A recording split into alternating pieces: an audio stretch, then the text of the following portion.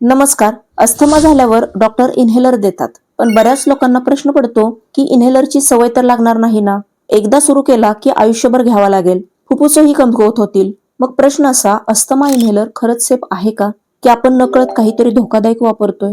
त्यामुळे आजच्या व्हिडिओमध्ये आपण सायंटिफिक पद्धतीने अस्थमा इन्हेलर बद्दलचे 5 मोठे गैरसमज उघड करणार आहोत आणि व्हिडिओच्या शेवटी पाहणार आहोत की इन्हेलर न घेतल्यास काय होऊ शकतं आणि इन्हेलर कधी बदलावा.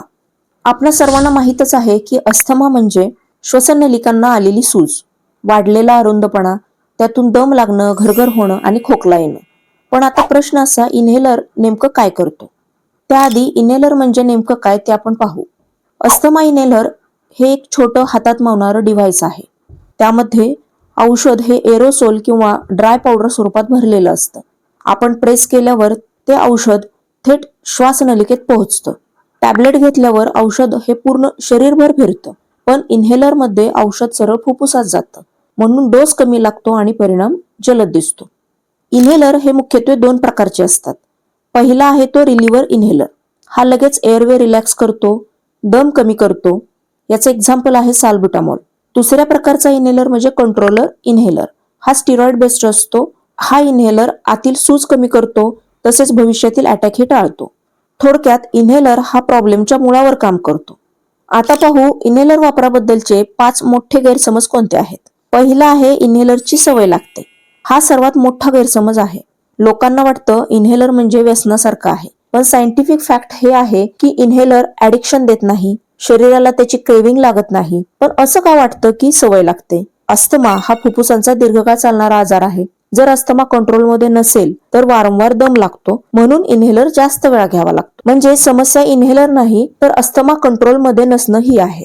दुसरा गैरसमज, इन्हेलर घेतल्यावर फुफ्फुस कमकुवत होतात. काही लोक म्हणतात की इन्हेलर घेतलं की फुफ्फुस ही कमकुवत होतात, लेझी होतात. पण सायंटिफिक ट्रूथ पाहिलं तर इन्हेलर थेट फुफ्फुसात जातो खरा, पण त्याचा डोस खूपच कमी असतो. त्यामुळे टॅबलेटपेक्षा त्याचे साईड इफेक्ट्स ही खूपच कमी असतात. उलट इन्हेलर न घेतल्यास रिपीटेड इन्फ्लमेशनमुळे लंग्स परमनंट डॅमेज होऊ शकतात. थोडक्यात इन्हेलर नुकसान करत नाही तर नुकसान होऊ देत नाही. तिसरा गैरसमज, स्टिरॉइड म्हणजे धोकादायक. हे खरं आहे की कंट्रोलर इन्हेलरमध्ये स्टिरॉइड असतो, पण महत्वाचं काय, हा सिस्टेमिक स्टिरॉइड नसतो. हा लोकलाइज्ड लो डोस इन्हेल्ड स्टिरॉइड असतो. तो थेट एअरवे मध्ये काम करतो आणि फारसा रक्तात जातही नाही. म्हणून वेट वाढत नाही, डायबिटीज वाढत नाही, तसेच बॉडी बिल्डिंग स्टिरॉइड सारखे दुष्परिणामही होत नाहीत. तसेच डॉक्टर प्रिस्क्राइब्ड डोसही सेफ असतो. चौथा गैरसमज म्हणजे इन्हेलर फक्त अटॅक आल्यावर वापरायचा. ही मोठी मिस्टेक आहे. रिलीव्हर इन्हेलर अटॅक वेळी वापरतात, पण कंट्रोलर इन्हेलर रोज घ्यायचा असतो.